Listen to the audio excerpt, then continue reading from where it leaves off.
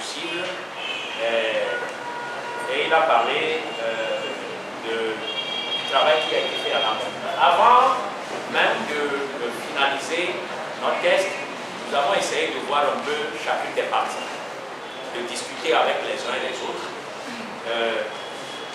Nous avons vu ceux qui sont opposés, ceux qui acceptent, ceux qui veulent, ceux qui ne veulent pas, ceux qui ont écrit qu'il ne faut pas mettre quelque amendement que ce soit. Nous avons essayé de voir chacun. Et nous avons vu au-delà des acteurs politiques. Et c'est toutes ces discussions-là, c'est après toutes ces discussions, en leur faisant cette proposition concrète, que nous avons décidé de sortir ce que nous pensons pouvoir régler. Il est vrai qu'on n'a pas l'accord de tout le monde, mais les discussions nous ont permis de comprendre qu'au jour d'aujourd'hui, la seule et unique possibilité de lever le verrou de la non-mise en œuvre des réformes, c'est ça, puisque les positions ont été assez claires. Donc, voilà. Sur les dispositions sur le compte de scrutin, nous avons pensé, nous n'avons pas encore écrit de test là-dessus, nous avons pensé qu'une fois ces dispositions prises nécessairement sur le compte de scrutin, on est obligé d'intervenir pour faire les modifications qu'il y a. Et nous avons même dit que pour nous, l'Assemblée devra travailler jusqu'à la dernière minute pour rendre les choses possibles. Il n'est pas question, quand la maison brûle, qu'on nous dise que le pompier est en train de se reposer. Il doit se réveiller pour aller éteindre. Donc l'Assemblée devra, s'il le faut, travailler jusqu'à la dernière minute pour qu'on puisse avoir les choses mises en œuvre. Alors, je me permettrai de répondre un peu avant de laisser Fulbert, parce que c'est très personnel, c'est une question à lui. Je crois que les interventions que, pour moi personnellement, qu'avait fait Fulbert hier, sont des interventions qui vont dans le sens d'améliorer notre opposition, notre fonctionnement, notre classe politique. Je ne crois pas que ces propositions sont en antinomie avec le fait de faire des propositions pour que nous ayons les réformes. Il répondra lui-même personnellement, mais en faisant l'avocat du diable, même s'il n'est pas le diable, c'est ce que je dirais. Bon. Alors, concernant Mme Abouké aussi, c'est ce que je dirais. La concertation a fait une proposition. La concertation a fait une proposition. La concertation a fait une proposition. Mais je ne crois pas que ce soit antinomique. Au cas où nous n'avons pas du tout les réformes, la concertation proposée constitue un élément de pression pour aller vers les réformes. Voilà, elle-même, elle est là. Et elle n'est pas du tout la diablesse. Je ne suis pas l'avocate de la diablesse. Elle va intervenir tout à l'heure pour vous. Bon, en ce qui concerne la question de M. Aristide, j'ai humblement l'impression que M. Aristide n'a pas été présent dans la salle quand nous étions en train de lui présenter et la déclaration et les explications. Ce qui a quelque chose d'extrêmement grave pour une personne, et notamment pour un journaliste, c'est d'avoir une position arrêtée et d'aller quelque part pour la répéter. Ça, quand vous avez cette position arrêtée, quand vous allez, dès que les gens vous ont dit le contraire de la position arrêtée, votre position doit changer et votre question doit changer. Alors, je ne comprends pas ce qu'il appelle par vous appeler à offrir un troisième mandat, puisque nous avons dit clairement, et il le sait, à moins qu'il ne considère que c'est quelqu'un dans la rue ou quelqu'un de la société civile qui doit donner le mandat, et en ce moment le mandat est un cadeau de Noël qu'on va faire au chef de l'État. Je crois que le mandat, c'est le peuple, et le peuple seul qui peut offrir ce mandat. À travers des élections, pardon, le peuple ne croise pas les bras en disant vous avez un mandat. Il passe par les élections et il offre le mandat. Et je suis au regret, encore une fois, de lui dire que lorsque vous avez une position et que vous arrivez quelque part, et que d'emblée, on vous dit que telle n'est pas la position, vous devez pouvoir améliorer. Il ne faut pas rester figé. Surtout pour un journaliste, c'est extrêmement dangereux. Alors pour M.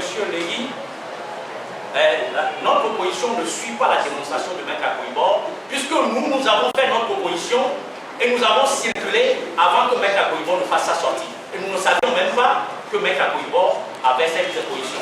Aujourd'hui, si nous parlons de la position de Maître Akoibor, c'est en fait parce qu'elle est venue mettre de l'eau à notre moulin. C'est à cause de ça que nous l'avons évoqué. Ce n'est pas parce que Maître Akoibor a une position. Et moi, je peux vous dire, j'ai rencontré Maître Akoibor, mais je l'ai rencontré, c'était avant-hier. le samedi. Et je lui ai posé la question, il semble que vous avez fait une sortie. Effectivement, moi je ne savais pas. J'ai rencontré quelqu'un le vendredi qui m'a dit ça, et je lui ai posé la question. Il m'a dit oui, je vais vous envoyer le journal. Gilbert a peut-être lu ce qu'il a dit, mais moi je n'ai pas encore lu. Mais notre position ne suit pas, c'est sa position qui vient conforter la nôtre. À l'endroit de l'ANC, nous avons rencontré le représentant de l'ANC. Le professeur Kokouvi, qui est notre médiateur, a pris rendez-vous parce que c'est indispensable pour nous de rencontrer tout le monde, d'informer tout le monde et de demander aussi à tout le monde de voir qu'est-ce que nous pouvons faire comme politique de nos moyens. Et nous avons rencontré l'ANC, nous leur avons dit ce que nous pensons et ce que nous proposons pour que chacun puisse prendre cela. Maintenant, quelle est la position définitive de l'ANC? Est-ce que cela correspond à la position de ce peuple qui a soif et qui a besoin de boire un peu d'eau et de ne pas refuser de l'eau jusqu'à ce qu'il meure de soif? Eh bien, on verra dans les jours à venir. Alors, quel groupe à l'Assemblée? Ce que nous avons pensé, puisque nous avons discuté avec chacune des parties, nous avons dit, il y a des partis qui ont dit qu'il n'est pas question pour nous parce que nous avons pris un engagement de ne pas apporter notre texte et de ne pas le faire amender. Bon, mais en même temps, nous avons dit c'est à prendre ou à laisser. Sur ce point, nous avons expliqué que cela n'existe dans aucun pays. Un texte qu'on envoie à l'Assemblée, personne, ni un gouvernement qui envoie un projet de loi, ni des parlementaires qui envoient une proposition de loi, personne ne peut dire c'est un texte à prendre ou à laisser, il ne peut pas y avoir d'amendement. Ça n'existe pas. À moins de faire la dictature de l'autre côté, ça n'existe pas. Nous avons expliqué. Et après, nous avons dit ok, nous vous comprenons. Vous ne pouvez pas être porteur de notre proposition.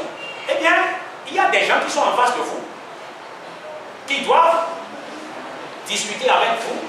Nous leur demandons, tous les autres groupes ou toutes les autres personnes, les autres partis qui sont en face de vous, nous leur demandons d'être porteurs de notre proposition. À la fois unir l'UFC, des indépendants, nous leur demandons d'être porteurs de notre proposition et c'est ce que nous avons fait en prenant soin de déposer la proposition sur la table du président de l'Assemblée et du bureau et de leur dire, en dehors du fait que nous nous adressons à ceux qui sont les différents groupes ou les différents acteurs, nous demandons à vous, Président, en votre qualité de président et donc d'organe impartial avec votre bureau, de demander à différents groupes de porter notre proposition parce que c'est une proposition que nous considérons comme étant dans l'intérêt de notre peuple. Voilà sur la guerre médiatique entre le cas de l'ANC. Malheureusement, je n'ai pas la possibilité de me prononcer. Je ne sais même pas de quoi il s'agit. Alors, la lettre de la COSA, quel travail ne peut pas faire en amont, je viens de le dire.